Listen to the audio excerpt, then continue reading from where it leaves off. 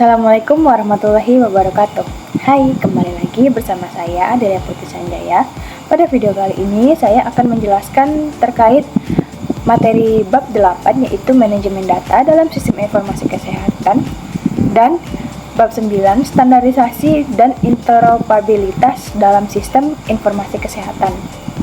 Nah, kali ini jurnal yang saya ambil yaitu pengembangan sistem informasi kesehatan untuk manajemen data pasien dan perawatan yang lebih baik oleh Nurdila 2024. Lalu, implementasi standar interoperabilitas HL7FHR pada pertukaran rekam kesehatan elektronik di Puskesmas oleh Rizka Pradita pada tahun 2024. Baiklah, langsung saja teman-teman kita ke latar belakang. Penggunaan sistem informasi kesehatan menjadi penting untuk meningkatkan efisiensi layanan kesehatan. Namun, masih terdapat berbagai kendala dalam pengelolaan data pasien dan pertukaran informasi antar fasilitas kesehatan. Penelitian pertama berfokus pada pengembangan sistem informasi kesehatan atau SIK yang bertujuan untuk meningkatkan manajemen data pasien dan koordinasi perawatan. Lalu, penelitian kedua membahas interoperabilitas dalam pertukaran rekam kesehatan elektronik atau RKE di Puskesmas menggunakan standar HL7FHIR untuk memastikan data kesehatan dapat diakses dan dipertukarkan dengan mudah antar sistem.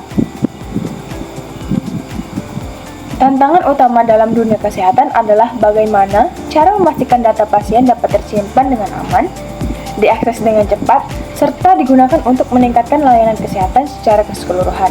Oleh karena itu, diperlukan inovasi dalam sistem informasi yang terintegrasi dan terstandar. Selanjutnya, tujuan penelitian yaitu yang pertama mengembangkan sistem informasi kesehatan atau SIK yang mampu mengelola data pasien secara efisiensi.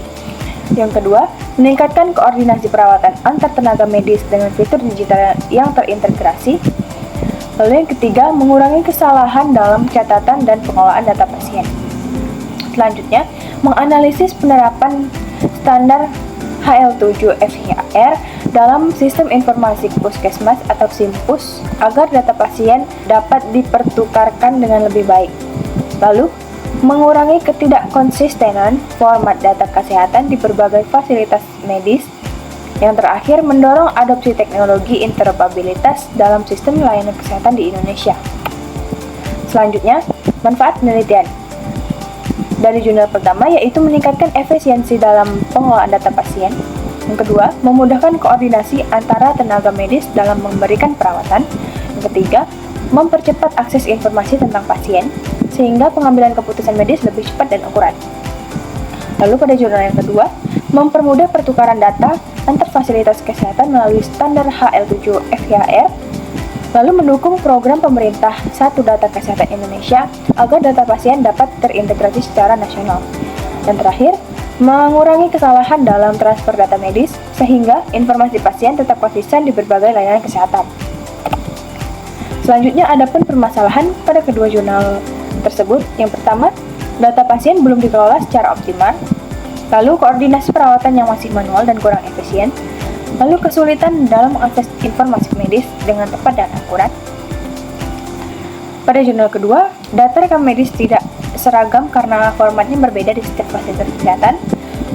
Kemudian, belum semua sistem informasi kesehatan memiliki standar interoperabilitas yang memungkinkan pertukaran data yang lancar. Selanjutnya yaitu kekurangan platform yang mendukung interoperabilitas antar fasilitas kesehatan. Selanjutnya, untuk penyelesaian masalah, diperlukan untuk pengembangan sistem informasi kesehatan atau SIK yang terintegrasi untuk pencatatan data pasien, jadwal janji, pemantauan kesehatan, dan komunikasi antar tenaga medis. Lalu, melakukan pengujian sistem untuk memastikan efisiensi dan efektivitas dalam manajemen data pasien. Selanjutnya, menerapkan standar HL7FHIR dalam interoperabilitas rekam medis elektronik. Lalu, melakukan gap analysis untuk menyesuaikan elemen data dengan kebutuhan rekam medis di Indonesia. Yang terakhir, mengembangkan interoperabilitas dengan sistem informasi yang sudah ada di Puskesmas. Selanjutnya, ke pembahasan.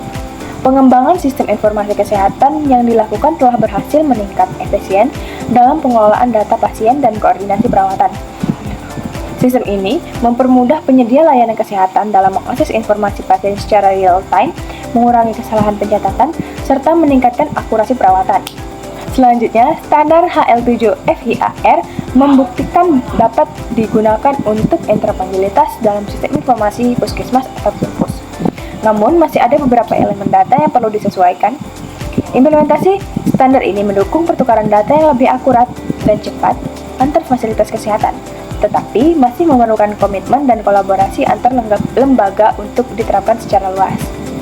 Nah, dari kedua penelitian ini dapat disimpulkan bahwa pengembangan sistem informasi kesehatan dan penerapan standar interoperabilitas seperti HL7-FHIR sangat penting untuk meningkatkan efisiensi layanan kesehatan.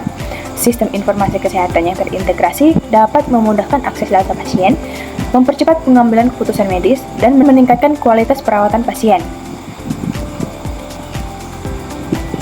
Baiklah teman-teman, itu saja yang dapat saya sampaikan pada video kali ini. Semoga video kali ini bermanfaat untuk teman-teman sekalian dan terima kasih yang sudah menonton. Wassalamualaikum warahmatullahi wabarakatuh. Bye!